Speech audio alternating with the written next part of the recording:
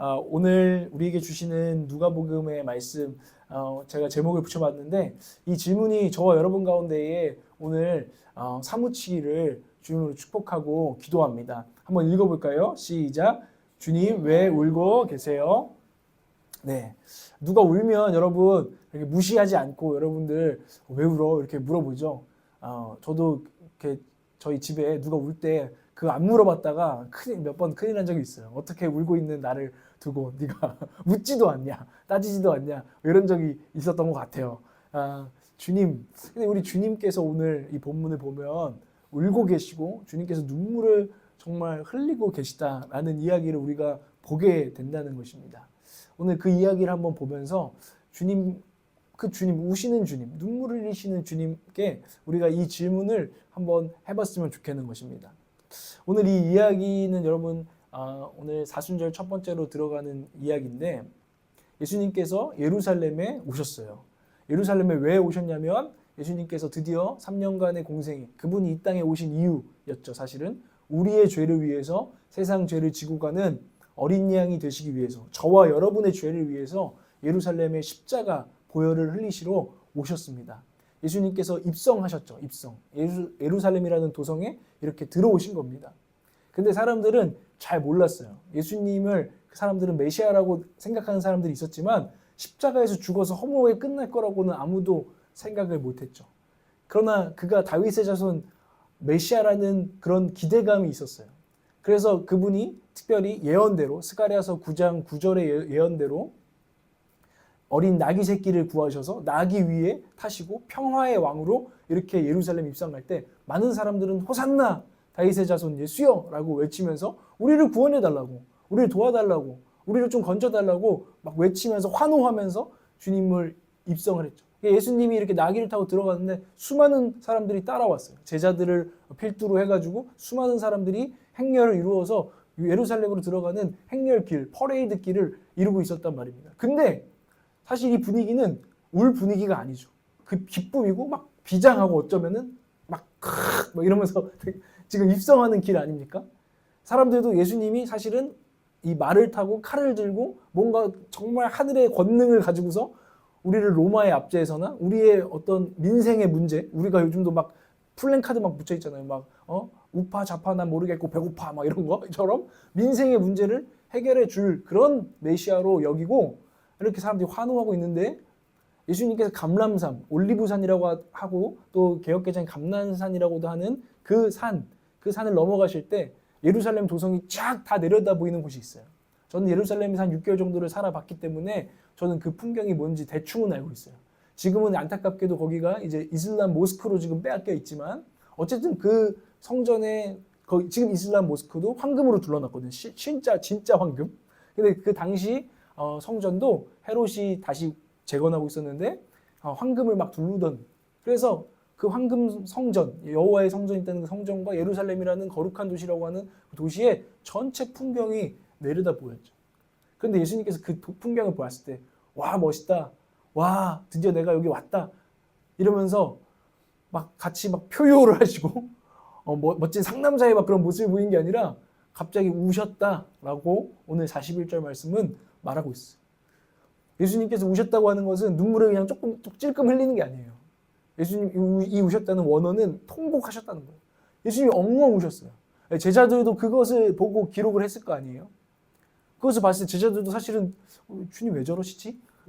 하는, 사실 그때는 감히 물을 수가 없는, 주님 왜 우시나? 속으로 생각했겠죠. 막 그동안 3년 우리랑 그 밑바닥에서 고생하던 시절 이제 올라가시니까 드디어 막 감회가 새로워서 우시나? 여러 가지 생각을 했겠죠. 근데 예수님의 눈물은 그런 의미는 아니었다는 것이죠. 주님은 왜 우셨을까? 이게 이 말씀을 보면서 우리가 꼭 깨달아야 되는 주님의 심정이죠. 주님의 마음에 무엇이 있었기 때문에 주님은 그토록 우셨는가 하는 것입니다. 일단은 42절, 43절에 보면 이 말씀을 근거해서 볼 때 42절, 43절 보면 이 예루살렘이라는 도시에, 이 도성에 그날이 올 거라는 거를 주님은 보고 오신 거예요. 그날은 심판의 사실 날이었어요.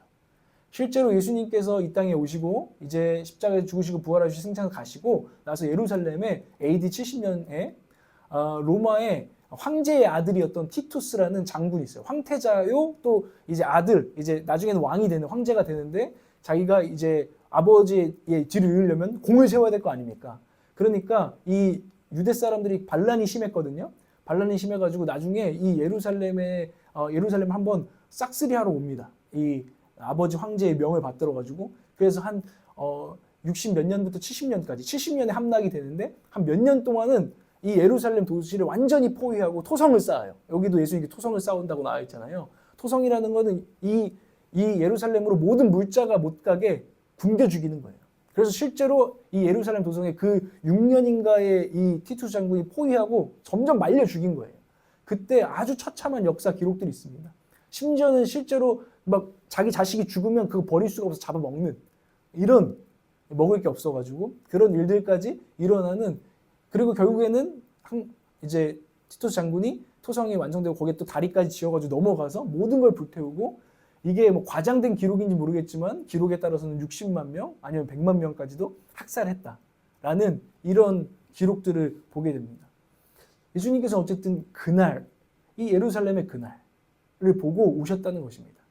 그런데 우리가 성경을 보면서 예수님이 지금 이스라엘의 지리적인 예루살렘의 그날뿐만 아니라 우리들의 그날을 보면서도 주님께서는 눈물을 흘리신다는 것으로 우리 성경을 우리는 보게 됩니다. 어쨌든 예수님께서는 그 심판의 날을 보고 우셨다는 것입니다. 그런데 예루살렘 주민들이 있잖아요. 왜 그날이 올지를 모르고 있었을까요? 예수님께서 오늘 42절을 한번 읽어볼까요? 42절 말씀을 한번 읽어보겠습니다. 42절입니다. 시작. 그리고 이렇게 말씀하셨다. 오늘 너도 평화에 이르게 하는 일을 알았더라면 좋을 터인데 그러나 지금 너는 그 일을 보지 못하는구나. 예수님 울면서 너도 그 평화에 대한 일을 평화에 이르게 되는 길을 알았더라면 좋았을 텐데 라고 말씀하시면서 그날을 맞이한 이들을 향해서 안타까운 눈물을 쏟고 있다는 것입니다. 그날을 알았더라면 그러나 지금 너는 그 일을 보지 못하는구나. 예루살렘 주민들이 눈이 감겨 있구나 하면서 안타까워 하셨다는 거예요. 이들은 하나님이 지금 내미시는 기회의 손과 하나님의 구원의 때를 알아보지 못했어요. 그래서 예수 그리스도를 영접을 안 했어요. 예수님을 평화의 왕으로 하나님으로 영접하지 않은 자들이 맡게 될 그 심판에 대해서 평화에 이르게 되는 길을 몰랐다고 예수님께서 한탄하고 계세요. 그런데 이 평화, 샬롬이라고도 하죠.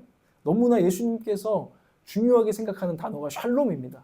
우리 크리스찬들에게도 있어야 될 단어가 샬롬, 평화라는 평강, 평화라는 단어인데 이 샬롬은 그냥 단순히 내 마음에 명상하면서 모든 걸 비우고 걱정, 염려 비우고 평강 이런 느낌이 평화라고 생각하는 분이 많을 테지만 사실 그런 게 아니에요. 그건 나 혼자 평화로운 거죠. 평화는 바른 관계예요. 예를 들어서 제가 누구랑 싸웠습니다. 그럼 저희 가정의 평화가 깨진 거예요. 가정에서 싸움이 나면 그러면은 샬롬이 없겠죠. 그런데 나 혼자 그래 다 됐어 다 때려쳐 하고 혼자 집에 들어가서 비디오 같은 거 보고 음악 같은 거 들으면서 나 혼자 막 상대방은 평화롭지가 않은데 나 혼자 평강 이렇게 이룰 수 있는 게 평화가 아니라고요. 성경이 말하는 평화는 바른 관계의 샬롬을 말하는 거예요. 예수님께서 그 바른 관계의 평화가 깨져 있는데 그거를 이루는 길을 너희들이 알지 못하는구나. 첫 번째로 무슨 평화일까요? 로마서에 이게 너무나 분명히 나옵니다. 로마서 5장 1절인데 한번 보이시는 분들 읽어보겠습니다. 시작. 그러므로 우리는 믿음으로 의롭다 하심을 받았으므로 우리 주 예수 그리스도로 말미암아 하나님과 더불어 평화를 누리고 있습니다. 아멘. 로마서 5장 1절에 이렇게 말합니다. 평화의 첫 번째는 하나님과 우리가 평화로운 거예요. 하나님과 원수되었던 자가 하나님께 반역했던 자가 하나님을 거역했던 자가 하나님을 떠났던 자가 다시 하나님께 돌아가서 샬롬, 바른 관계, 평화를 누리는 길 이걸 알아야 된다는 거죠. 근데 그 길이 누구세요? 예수 그리스도라는 거예요. 예수 그리스도. 우리를 하나님께로 이끌 그 예수 그리스도. 우리는 죄인이 하나님께 나아갈 수 없는데 하나님 앞에 나아가서 용서를 받게 하시고 용납을 받게 하는 그 조건과 죄값을 다 치르신 예수 그리스도를 니들이 알았더라면 평화에 이르는 길을 정말 너희들이 알았더라면 좋았을 텐데 이런 샬롬에 대한 예수님의 안타까움이죠. 하나님 없는 평화를 우리가 때로는 평화라고 생각하는 사람들이 많이 있는 것 같아요. 하나님 없이 그냥 하나님 같은 거 생각 안 하고 살래. 그런 건 평화로운 것 같지만 어거스틴이 막 고백하듯이 제가 진정 하나님 안에 가서 쉴 때까지 저는 평화를 찾을 수 없었습니다라고 고백했던 어거스틴이라는 사람이 있어요. 하나님 아버지 품에 내가 안길 때까지는 내게 진정한 평화는 없었습니다. 그렇게 찾고 찾았지만 명상도 해보고 좋은 차를 마시고 좋은 풍경을 보고 오늘 좀 평화롭다. 그러나 너를 지으신 창조주를 기억하지 않는 평화는 진짜 샬롬이 아니라는 것입니다. 근데 예수님께서 그 평화를 잃어버린 사람들을 보면서, 도성을 보면서 눈물을 흘리셨다는 거예요. 우리는 다 공감할 수 없어요. 그 평화가 뭐길래? 우리는 아직 와닿지 않을 수도 있어요. 이건 성령께서 해줘야 되는 일인 것 같아요. 여러분은 기도 가운데 느끼셔야 되는 일이죠. 어쨌든 이 말씀을 우리가 보는 것입니다. 이들이 평화에 눈이 감겨 있다는 거예요. 쉽게 말하면 평화에. 예수 그리스도께 눈이 감겨 있다는 거예요. 이 평화에 이르는 길이신 예수님. 저와 여러분은 그 예수 그리스도께 눈이 열리시기를 주님으로 축복합니다. 그래서 아버지와 평화를 누리시기를 바랍니다. 아버지의 평강을 정말 중요하게 여기시기를 바랍니다. 눈이 열리지 않은 사람은 그게 뭐가 중요해 이렇게 말하겠죠. 그 평화는 우리 인생에서 절대 잃으면 안 되는 평강이라는 거예요. 그런데 이 평강에 눈 뜨기 위해서 우리가 하나님과 원수되었던 것에서 우리는 눈 떠야 됩니다. 내가 하나님과 원수라고? 이게 잘 깨달아지지 않을 수도 있습니다. 내가 그렇게 하나님한테 안티크리스찬들 있잖아요. 하나님 막 대놓고 욕하는 사람. 근데 그런 사람만 하나님과 원수일까요? 아니, 성경은 그렇지 않아요. 사실 저와 여러분도 여전히 하나님의 원수 짓을 많이 한다는 거예요. 하나님의 뜻대로 살지 못하고 반역할 때가 많고요. 거역할 때가 많고요. 그 은혜를 알고도 감사치 않을 때가 많고요. 불평할 때가 많고요. 교만해질 때가 많다는 거예요. 이게 하나님께 원수된 우리의 상태라는 것을 저와 여러분 정직하게 돌아본다면 확인할 수 있다는 거예요. 우리는 하나님의 원수였고 여전히 하나님께 원수인 짓을 많이 합니다. 여러분 인정하시나요? 그래서 우리는 죄인이라는 것을 우리가 깨닫습니다. 그럼에도 불구하고 또다시 우리가 하나 더 눈 떠야 되는, 첫 번째로 눈 떠야 되는 건 우리가 하나님과 원수 되었다는 것이고, 두 번째로는 그것에 눈 떴을 때 어찌 해야 할지를 모르는, 하나님 제가 주님과 원수인데 제가 뭘 할 수 있죠? 어떻게 해야 되죠? 저 어떻게 살아야 되죠? 이런 난감함 속에 빠져있는, 우리 성경의 언어로 말하자면 내가 어이할꼬, 내가 정말 어이할꼬 라는 심령이 온 그런 순간에 또다시 눈 떠야 되는 것은 그런 나에게 찾아오신 예수 그리스도, 그런 우리의 이 땅에 이 세상 가운데 찾아오신 예수 그리스도가 정말 우리의 소망이구나, 내 유일한 소망이구나, 여기에 눈을 뜰 때 우리는 진정으로 평화의 샬롬에 이르는 길에 눈을 떴다라고 말할 수 있다는 것입니다. 근데 우리는 모르겠어요. 여러분, 전 태도가 중요하다고 생각하는데 예수님은 평화의 사절단으로 이 땅에 오셨었어요. 그런데 그 당시에 빛 대신 예수님을 많은 사람들이 싫어해서, 어둠이 빛을 싫어하여 빛을 처단했죠. 예수님을 받아들이지 않고 예수님을 마음에 영접하지 않고 왕으로 영접하지 않았어요. 요한복음에는 그가 이 땅에 내려오셨는데, 만물을 지으신 그가 이 땅에 내려오셨는데 그 백성이 그를 거부하였고 알아보지 못하였다라고 말합니다. 그런데 예수님께서 평화의 사절로 오셨을 때 우리는 받아들이지 않는 마음이 우리 가운데 있다는 거예요. 저와 여러분 가운데는 그런 반역된 백성이 있다는 것을 인정해야 된다는 것입니다. 실제로 이스라엘에서 어떤 일이 일어났냐면 평화의 사절단으로 수많은 선지자들이 왔어요. 그런데 이사야는 톱에 썰려 죽었습니다. 예레미야는 개무시를 당했습니다. 아무리 얘기해도 들어주지 않아요. 하나님의 말씀으로 선포해도 들어주지 않아요. 근데 지금 우리도 그 평화의 사절로, 오늘 저도 어쩌면 또 하나의 평화의 사절일 수 있습니다. 주의 말씀을 들고 주의 심령을 전할 때 여러분들이 오늘 이 말씀을 어떻게 받아들이는지에 대한 태도, 그것이 여러분 안에 있는 백성의 여론의 태도일 것입니다. 근데 주님은 샬롬을 원하신다는 거예요. 근데 우리는 때로는 그분을 죽이기도 한 사람들이라는 것입니다. 평화의 눈이 감겨있는 우리의 상태를 우리가 점검하시고 깨우는 저와 여러분 되기를 원합니다. 너무 무거운 얘기를 했나요? 오늘 사순절 첫 번째 주일 주님의 눈물을 이렇게 나누고 있어요. 그리고 두 번째는 44절에 보면 그들이 평화를 잃어버리고 왜 그날을 맞이했을까? 일단 첫 번째로는 평화에 이르게 하는 길에 눈이 감겼고, 두 번째로는 하나님께서 찾아오신 때를 놓쳤습니다. 44절을 한번 읽어볼까요? 44절 시작. 너와 내 안에 있는 내 자녀들을 짓밟고 내 안에 돌 한 개도 다른 돌 위에 얹혀 있지 못하게 할 것이다. 이것은 하나님께서 너를 찾아오신 때를 내가 알지 못했기 때문이다. 때, 성경은 때가 있다고 늘 말합니다. 잠언서에도 전도서에도 때에 대해서 지혜가 있어라. 모든 것은 때가 있다. 만사의 때가 있다. 범사의 때가 있다. 범사의 기한이 있다. 여러분들이 우리 용석 형제 이제 뭐 취업 같은 거 넣잖아요. 취업 넣는 시즌도 있잖아요. 물론 상시 모집도 있지만 그 공고하는 기한이라는 게 정해져 있는 것입니다. 그 이후로는 받아줄 수 없는 것이죠. 근데 우리 인생에 구원의 때가 있고 하나님께 나아가서 평화를 누려야 되는 평화가 지금 평화의 손이 온 때가 있다는 것인데 그 때를 놓쳐서 그 때를 놓치고 심판에 이르는 그 예루살렘 도성을 보고 예수님은 우셨다. 심히 통곡하셨다라는 것입니다. 예수님이 우셨다는 거에는 의미가 있죠. 예수님께서 이 때가 있다는 것을 가볍게 생각하지 않았다는 것입니다.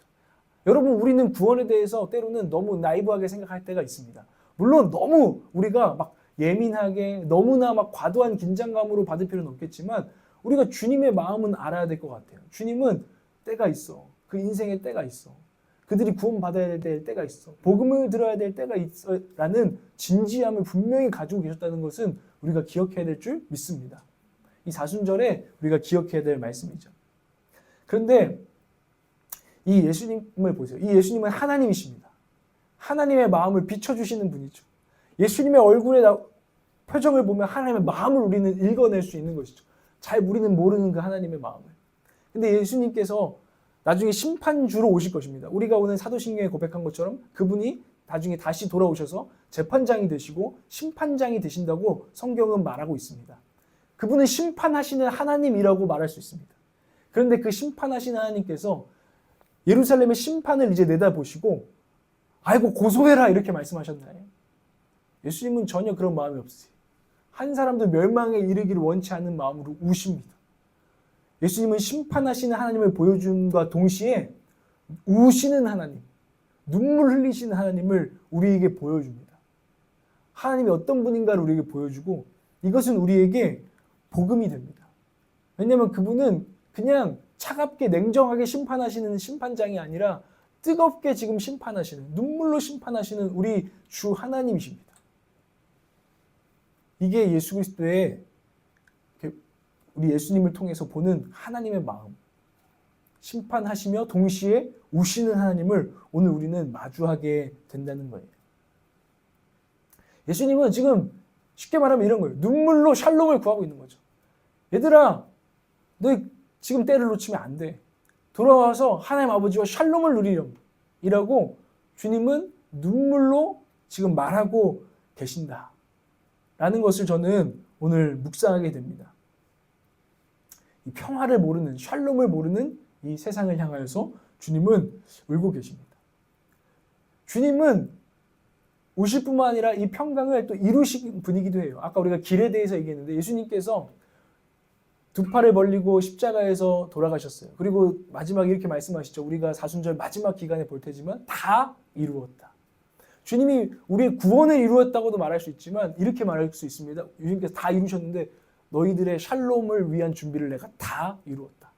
하나님 아버지와 화평을 누리자. 로마서 5장 1절에서 개역개정은 이렇게 말하잖아요. 너희가 하나님 아버지와 예수 그리스도로 말미암아 화평을, 화목을, 평화를 누리자 라고 말하잖아요.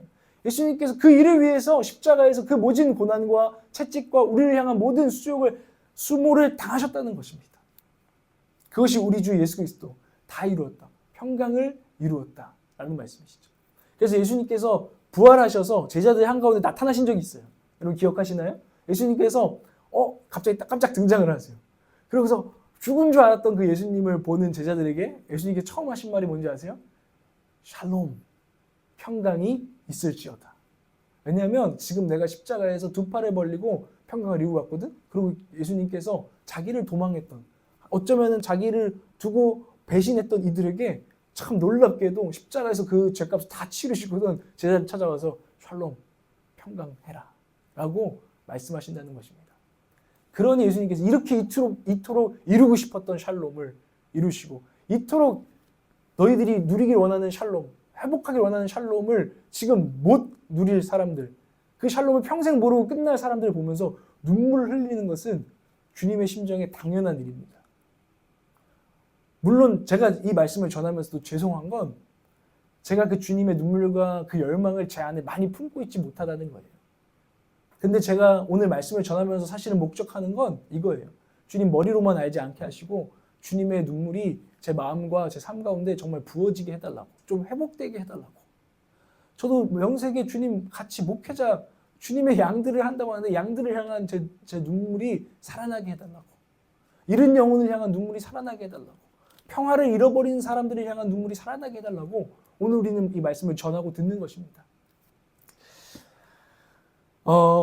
여러분, 그러면 제게 질문이 있어요. 예수님께서 이날도 우셨는데 오늘 우리 이 천안과 아산을 보면 우실까? 오늘 이 대한민국을 보고 오늘 평화가 깨어진 곳을 보며 평화가 샬롬이 없는 곳을 보며 예수님은 여전히 울고 계실까? 주님 앞에 말씀을 묵상할 때 저는 마음에 와닿진 않지만 죄송하지만 주님께 너무 죄송해요. 와닿지 않지만 주님 울고 계실 것 같다라는 생각이 들었어요. 이 땅은 여전히 진정한 샬롬을 모르고 있습니다. 이 땅은 여전히 진정한 평화를 못 누리고 있습니다. 우리는 그 날을 향해서 가고 있는 중이지만 이 땅에는 여전히 그 평화가 너무너무 샬롬이 필요합니다. 주님이 또 눈물 흘릴 것 같은 이유는 혹시나 우리 교회가 우리는 스스로 아까처럼 주님 때문에 그래 나 죄 사함 받고 고맙고 참 감사하고 평안해, 우리 가족 평안해, 우리 교회 평안해 하면서 그냥 고인 평화, 고인 샬롬으로 있을 때 주님 안타까워하실 것 같다. 주님 눈물 흘리실 것 같다. 이 세상에 얼마나 많은 사람들이 평화가 샬롬이 깨어져 있는데 한 영혼이 하나님과 막 깨어져가지고 하나님을 원망하고 하나님과의 관계에서 또 신앙생활이 너무나 깨어져 있는 영혼들도 있을 것이고 정말 경제적으로나 가난 가운데에서 너무나 어려운 상황 속에서 깨어져 있는 영혼도 있을 것이고 실제적인 폭력과 억압 가운데 깨어져 있는 사람들이 있을 것이고 사실은 주님께서 성경이 말하는 평화는요 놀라워요. 하나님과의 평화로 시작하지만 사람과의 평화로 이어지고요. 그리고요 동물과 모든 만물에게까지 주님은 우리가 평화의 사람이 되기를 원하세요. 골로새서나 이런 데를 보고 로마서를 봐도 사람들이 회복되어서 하나님의 자녀들이 회복되어 가지고요. 화평케 되는 자가 되어서요. 정말 억눌린 사람뿐만 아니라 만물, 탄식하고 있는 만물들이 평화를 찾기를 원한대요. 제가 이번 주에 그래서 옥자를 봤거든요. 옥자라는 영화를 아시나요? 봉준호, 미키 17이 요즘 유행이잖아요. 봉준호의 영화 중에 옥자라는 영화가 있어요. 이게 뭔 영화냐면 사실은 우리가 지금 먹고 있는 고기 있죠. 그거 어떻게 나오는지를 보여주는 영화예요. 우리가 이 인류 역사상 가장 풍요로운 시대를 살고 있어요. 사실은 닭고기 너무 많이 먹잖아요. 오늘 어디 맥도날드 가서 6,000원만 주면은 상하이 스파이시 닭고기 가슴살이 나옵니다.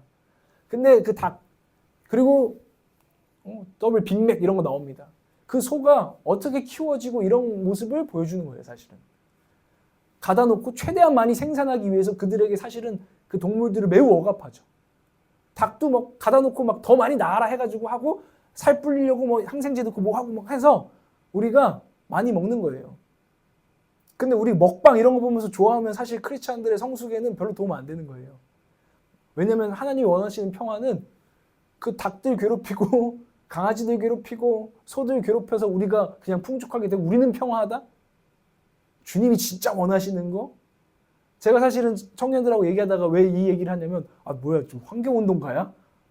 옛날에 어떤 청년이 저한테 그러더라고요. 그거 하나님이 허락하신 건데 그 막 베지테리안이나 환경운동가는 그 약간 좌파고 약간 좀 무신론자들 아니에요? 물론 그런 경향이 있는 거 맞아요. 근데요 그렇다고 하나님께서 고기 허락하셨으니까 우리가 막 마음껏 막 그냥 먹방하듯이 막 하고 막 낭비하고 이래도 돼. 전혀. 최소한 너희들은 감사해야 돼. 최소한 너희들은 이것에 대해서 존중을 표해야 돼. 낭비하거나 이런 태도는 우리의 태도를 망치는 거예요. 우리가 하나님의 형상을 잃어버리는 태도인 것이죠. 이 평화. 이 평화가 깨어진 곳이 얼마나 사실 많냐는 거예요. 지금. 옥자부터 해가지고 사람들도 얼마나 많은지 몰라요. 제가 이번 주에 또 하나님께서 참 사인을 주셨던 것 같아요. 제가 이제 컴패션 후원을 하는데 오랫동안 해온 친구가 있는데 IT에 있는 친구입니다. 저는 모르고 있었어요. IT의 상황을. 근데 IT로 가는 후원금이 조금 늦게 전달될 수 있다는 이야기를 이제 통보를 받았어요. 무슨 얘기인가 하고 봤더니 IT가 지금 엄청난 무정부 상태로 뭐 서로 막 길거리에 시체들이 널려 있어요. 지금 완전히 평화가 깨진, 깡패들이 완전 득세하고 평화가 깨진 그런 모습을 지금 IT라는 나라는 겪고 있단 말이에요. 제가 후원하고 있는 그 아이가 살고 있는 그 나라가. 근데 그것에 대해서 너무나 사실은 제 관심 밖의 영역이었던 저를 보게 되고 하나님께서 알게 하신 것 같아요. 근데 제가 왜 찔리냐면 알고 싶지 않은 거예요. 내가 맨날 매달 이거 도와주면 됐지. 사실 또 뭐가 왔어. 이 아이들이 지금 더 어려우니 이 가정에 닭 몇 마리를 사주라는 거야. 그러면 걔네들이 지금 밖에 나가서 마트 이런 거 막 다 개판 났으니까 닭이라도 좀 사다 놓으면 알이라도 나면 그거라도 조금 먹으면서 조금이라도 좀 영양을 채울 수 있다고 10만 원 더 후원하라는 거예요. 제 마음에 막 귀찮고 솔직히 우리가 그럼 언제까지 그런 거 신경 써야 돼? 막 짜증나고 화나는 마음이 제 마음에 있는데 하나님께서 제 마음에 평화. 지금 평화가 완전히 깨져 있는데 나는 뭐 집에 계란이 널려 있어. 이런 나를 보면서 주님 제가 뭘 하기 원하십니까? 했을 때 닭 몇 마리 사주라고 하나님 하시더라고요. 마침 하나님께서 또한 채워주시더라고요. 근데 그게 제 것이 아니죠. 하나님 흘려보내라고 주신 거죠. 그러나 제가 그 친구들 생각하면서 눈물 흘릴 만큼 공감력이 뛰어나거나 이러지 않습니다. 저는 이기적인 사람입니다. 그러나 예수 그리스도께서 우리를 평화의 사람으로 부르셨다는 것을 부인할 수가 없다는 것. 저도 여러분들에게 전한다는 거예요. 우리는 사실 평화의 메시아를 잘 원하지 않아요. 오늘 사람들이 예수님 오셨다 호산나 했던 사람들 모두 마음속에는 예수님이 칼의 메시아라고 생각했기 때문에 환호했어요. 우리는 사실은 이런 사람들에게 더 솔직히 호감이 가요. 막 일론 머스크처럼 머리가 막 비상해가지고 와 나도 저렇게 돈 한번 떼돈 벌어봤으면 그래서 몇 억 기부하고 이러면 좋잖아. 근데 그들의 사상이나 생각들을 잘 들여다보잖아요. 정말 하나님의 생각하고 멀거든요 사실. 근데 우리는 나름 그런 사람들이 사실은 우리의 롤 모델이고 부럽고 그런 대상이 되어 있는 메시지를 계속 받는 세상에 우리는 사실 살고 있잖아요. 우리도 차라리 누구나 여러분 원하실 거예요. 저도 사실 원해요. 막 내가 아내한테 그랬어요. 여보, 내가 사역자지만 나중에 우리 집은 조금은 좀 중간 정도 살아도 되는데 그래도 내가 사역자 돼서 좀 큰 사역자 돼서 막 아는 이제 선교사님 중에 되게 큰 선교사님 있단 말이에요. 뭔가 그럼 막 몇 억 여기로 보내 막 하면 보내지는 사람이에요. 저도 그런 사람이 되어지게 하여 주시옵소서 이런 식으로 기도를 많이 했던 것 같아요. 근데 제가 예수 그리스도를 볼 때 예수님께서 정말 그런 사람이 정말 되기를 원하시나? 물론 그 사명을 받고 그런 일들을 해야 될 사람이 있다는 것은 인정하지만 우리가 진짜 예수 그리스도를 쫓는 게 무엇인가? 오늘 나귀를 타신 그 예수 그리스도를 뒤쫓는 게 우리는 막 환호를 하는데 우리는 잘못 환호하고 있지 않나? 칼의 메시아가 왔다. 속으로는 사실은 그렇게 우리의 인생에 예수 그리스도를 이용해 먹으려는 그런 우리는 아닌가? 그래서 많은 그리스도인들이 더 못 가져서 남들과 비교해서 마음속에 사실 샬롬이 완전히 깨어져 버린 믿음으로 사실은 살지 못하고 있는 그런 우리가 아닌가? 라는 생각을 안 할 수가 없다는 것입니다. 여러분 하나님 없는 평화는 평화가 아니고요. 나만 혼자 샬롬한 샬롬은 샬롬이 아니라는 것이 이 성경 우리에게 오늘 기억하라고 하는 메시지입니다. 물론 여러분 한 사람 한 사람 하나님과의 관계 속에서 평화와 샬롬을 누리십시오. 저는 그렇게 되기를 원해요. 여러분들이 정말 그것이 넘치기를 원해요. 넘쳐서 다른 사람들에게도 흘러가기를 원해요. 그래서 그 미리앙에 보면 내게 강 같은 평화를 조롱하듯이 씁니다. 내게 강 같은 평화 이렇게 조롱하는 거죠.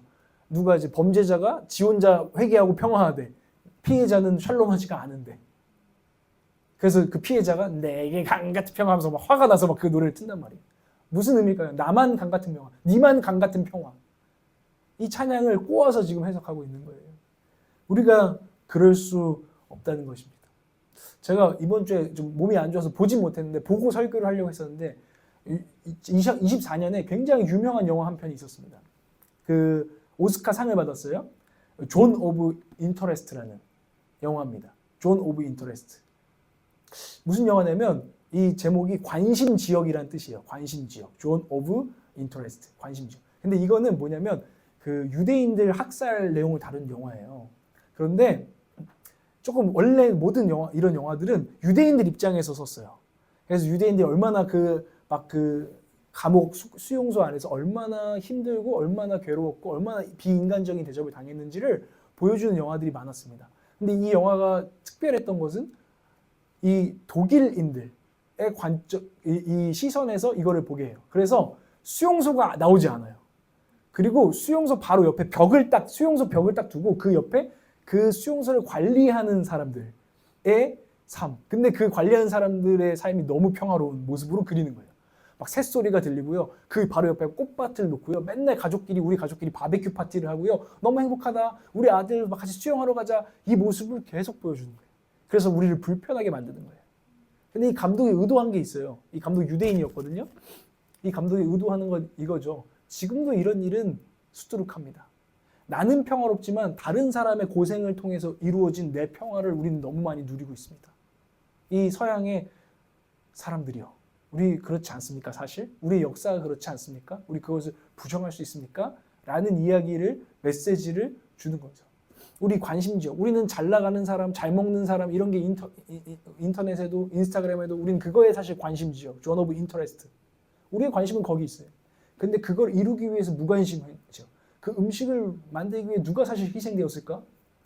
이런 우리 경제 상황에서 누가 희생되었을까? 이런 거에 대해서는 전혀 인식이 없는 우리를 깨워주는 영화로 이 영화가 제작된 거예요. 이거는 우리에게도 많은 메시지를 주는 거죠.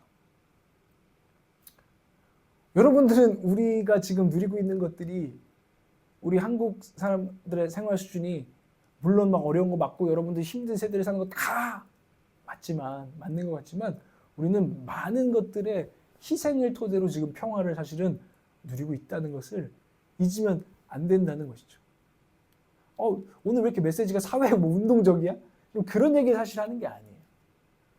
지금 우리는 이 평화를 누리지만 지금 우리의 평화를 위해서 어떤 사람들은 평화가 깨져 있다는 것을 지금 설명드리는 거예요.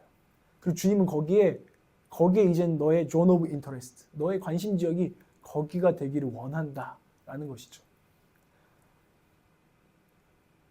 이 대한민국도 관심 밖의 지역이었어요. 사실은 매우 가난한 나라였고 어두운 나라였지만 선교는 그런 거예요.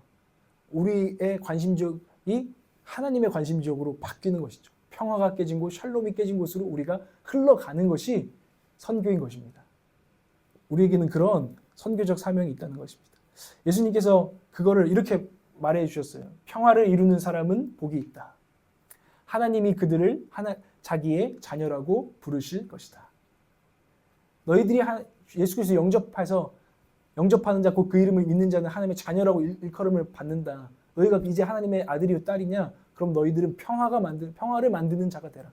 마치 예수 그리스도께서 우리의 샬롬을 위해서 십자가에 못 박히신 것처럼 너희들도 십자가를 지고 나를 따르라. 어디로 따라야 되나? 평화가 깨진 곳을 보고 그곳에 가서 평화를 좀 찾아주거라. 여러분, 우리가 사명을 위해서 기도하자고 했잖아요. 이거 연장선이에요. 우리의 미션이 뭘까요? 여러분들의 눈에 보이는 평화가 깨진 곳. 물론 우리는 전능하지 못해요. 그래서 우리가 지금 그 문제에 대해서 우리가 어떻게 뭘 하겠습니까? 그렇죠? 이런 문제에 대해서 다 우리가 어떻게 평화를 찾을 수 있겠습니까? 최소한 그냥 태도를 바르게 하는 거죠. 낭비하거나 이러지 않는 것 뿐이죠. 그러나 여러분들 젊잖아요. 또 여러분들에게 가능성이 있잖아요. 여러분 하나님께서 또 능력 주실 거잖아요. 그럼 여러분들이 할 수 있는 한 여러분들의 눈에 또 하나님께서 마주치게 하는 사람들의 평화가 깨진 사람들 아니면은 만물들의 여러분들은 가서 평화를 되찾아주는 일을 하라고 주님 우리를 부르시는 줄 믿습니다.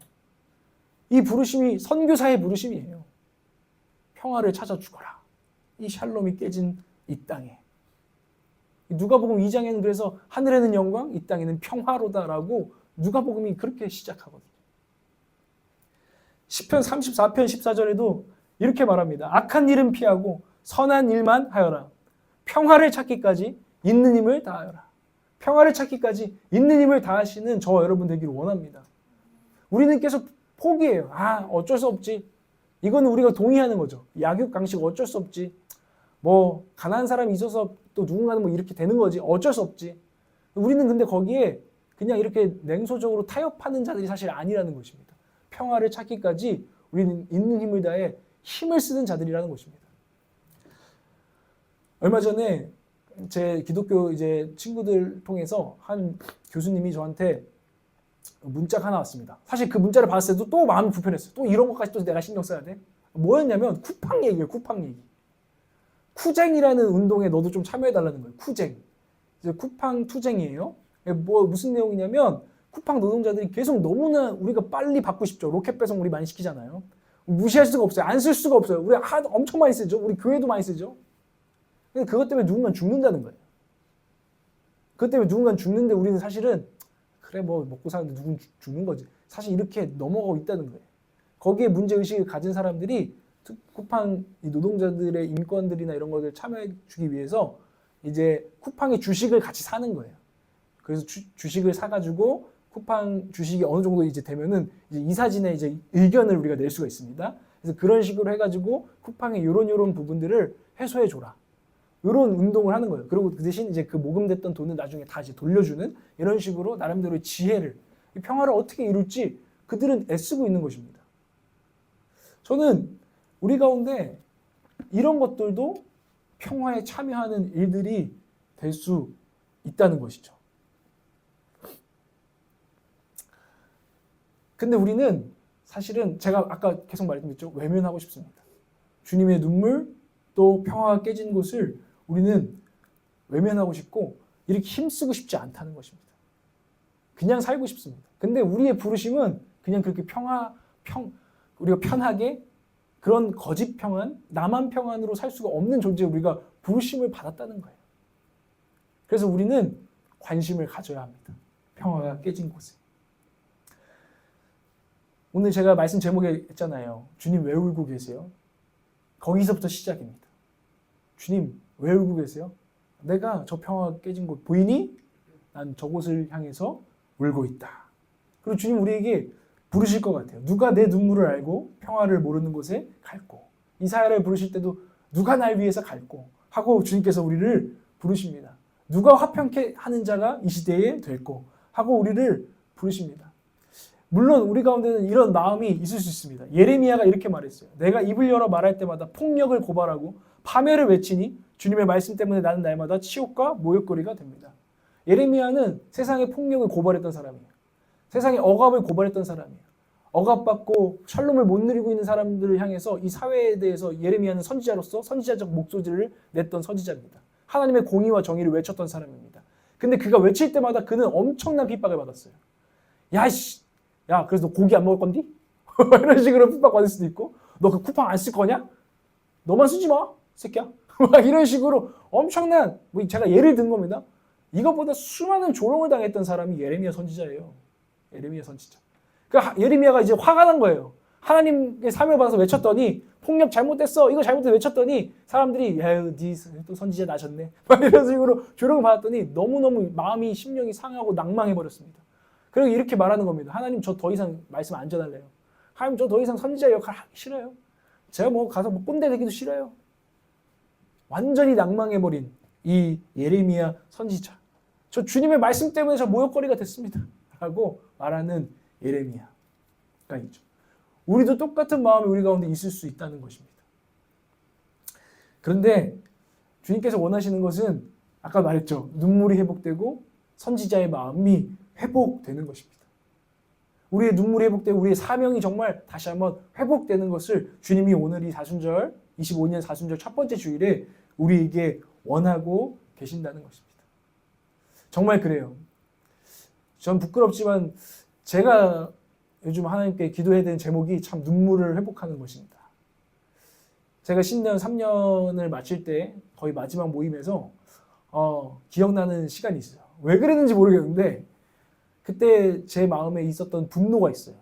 분노 중에 하나는 뭐였냐면 교회에 있는 성도들이 너무 행복하게 신앙생활을 못하고 있는 것들을 제가 보다가 너무 이제 우라통이 터진 적이 있어요.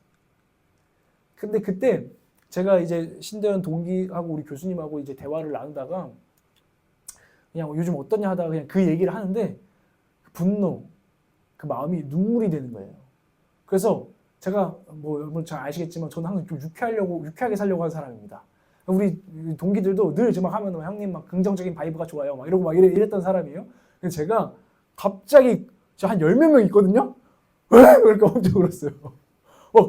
이렇게 막 진짜 주체성 이게 알죠? 막 이렇게 되는 이런 울음이었어요. 그러니까 교수님도 딱 하고 있는데 교수님이 저한테 해주신 말이 있어요. 하랑, 드디어 네가 사역자가 될 준비가 되고 있는 거야. 그 분노와 이 눈물을 잊어버린 사역자는 반드시 타락하게 돼. 성도들을 향한 눈물과 분노, 잘못된 것을 향한 분노와 눈물을 잃어버린 크리스천은 반드시 타락하게 돼. 그걸 보고 에이 뭐 그런 거지. 이해해버리고 마음이 냉담해져 버리면 넌 사역 그때부터 못하는 거야. 지금 이 눈물을 기억해야 돼 라고 저한테 해주신 말이 너무너무 기억에 남아요. 이 근데 눈물은 참 신기하죠? 옆에 있던 그 벤치프레스 100kg 드는 애 있거든요. 막 격대 좋고 얘도 갑자기 그러면서 막 제가 이런 영혼 얼마나 봤는데 술 취하고 그래가지고 진짜 눈물이 납니다. 그래서 막 눈물을 흘리고 우리가 다 같이 이렇게 눈물을 흘렸던 시간들이 있어요. 이런 회복이 저와 우리 교회에 한국 교회에 너무너무 절실하다는 것입니다. 성령께서 이 일을 우리에게 해달라고 우리는 기도해야 된다는 것입니다. 우리 차가워진 마음, 단단해진 마음, 완악해진 마음, 교만해진 마음, 나한테만 관심 있는 이 마음을 하나님께 좀 깨워달라고 기도해야 되는 때인 줄 믿습니다. 이 예레미야의 회복을 보십시오. 이제는 주님을 말하지 않겠다. 다시는 주님의 이름으로 외치지 않겠다 하고 결심하여 보지만 나 진짜 안 해. 이런 시간도 있었지만 그때마다 주님의 말씀이 나의 심장 속에서 불처럼 타올라 뼛속에까지 타들어가니 나는 견디다 못해 그만 항복하고 맙니다. 주님, 저는 복음을 전해야겠습니다. 세상의 평화가 깨진 사람들에게 복음을 전하고 하나님과 샬롬하게 하고 우리의 관계 속에 사랑과의 관계 속에서 억압되어 있는 사람들에게 가서 샬롬을 전하고 그들을 위해서 같이 싸울 수 있는 마음이 있기를 원합니다. 주님, 세상의 만물 가운데에 탄식하고 있는 만물들이 있습니다. 그들을 향해서 샬롬이 깨어진 그 만물을 향해서 하나님, 저는 주의 말씀을 전하기 원합니다 하는 예레미야의 회복입니다. 여러분, 이런 회복이 있기를 구하십시오. 정말 있어야 합니다. 이런 눈물이 멜랑멜랑 주님의 눈물을 맨날 주님 눈물을 안 볼래. 웃고 있는 주님만 볼래.